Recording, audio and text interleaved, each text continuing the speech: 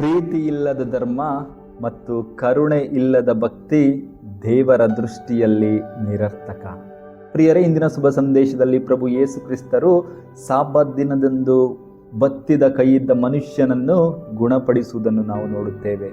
ಅಲ್ಲಿ ನೆರೆದಿದ್ದ ಫರಿಸಾಯರು ಆ ಮನುಷ್ಯನ ಸಂಕಟದ ಬಗ್ಗೆ ಕಿಂಚಿತ್ತೂ ಗಮನ ಹರಿಸಲಿಲ್ಲ. ಬದಲಿಗೆ ಯೇಸು ಆತನನ್ನು ಗುಣಪಡಿಸಿ ನಿಯಮವನ್ನು ಮೀರುತ್ತಾರೆ ಎಂದು ಕಾದು ಕುಳಿತಿದ್ದರು. ಅವರ ಕಣ್ಣುಗಳು ಕೇವಲ ನಿಯಮಗಳ ಮೇಲೆ ಇದ್ದವೇ ಹೊರತು ಎದುರುಗಿದ್ದ ಆ ಮನುಷ್ಯನ ನೋವಿನ ಮೇಲಲ್ಲ. ಫರಿಸಾಯರ ಆವರ್ತನೆಯು ನಮ್ಮ ಬದುಕಿನ ಕನ್ನಡಿಯಾಗಿದೆ. ಒಂದು ವೇಳೆ ಆ ಕೈ ಆ ಫರಿಸಾಯನದ್ದೇ ಆಗಿದ್ದರೆ ಅಥವಾ ಅವರ ಮಗನದ್ದಾಗಿದ್ದರೆ, ಅವರು ಆ ಒಂದು ಸಾಬತ್ ಮುಗಿಯುವವರೆಗೂ ಕಾಯುತ್ತಿದ್ದರೆ?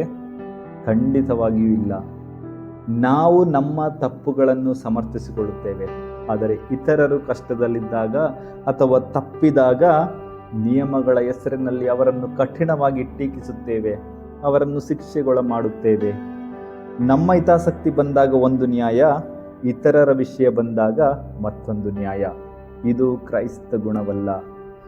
ಪ್ರೀತಿ ಇಲ್ಲದ ಧರ್ಮ, ಕರುಣೆ ಇಲ್ಲದ ಭಕ್ತಿ ದೇವರ ದೃಷ್ಟಿಯಲ್ಲಿ ನಿರರ್ಥಕ. ನಾವು ಫರಿಸಾಯರಂತೆ ನಿಯಮಗಳ ಕೈಗೊಂಬೆಯಾಗದೆ ಪ್ರಭುವಿನಂತೆ ಪ್ರೀತಿಯ ದೂತರಾಗೋಣ. ನ್ಯಾಯ ತೀರ್ಪು ನೀಡುವುದಕ್ಕಿಂತ ಮೊದಲು ಕ್ಷಮೆಯನ್ನು ಆರಿಸಿಕೊಳ್ಳೋಣ. ಕಾನೂನಿಗಿಂತ ಮಿಗಿಲಾಗಿ ಕರುಣೆಯನ್ನು ತೋರೋಣ. ಪ್ರಾರ್ಥಿಸೋಣ. ಸರ್ವಶಕ್ತ ದೇವರೇ, ನಮ್ಮ ಹೃದಯಗಳನ್ನು ಮೃದುಗೊಳಿಸು.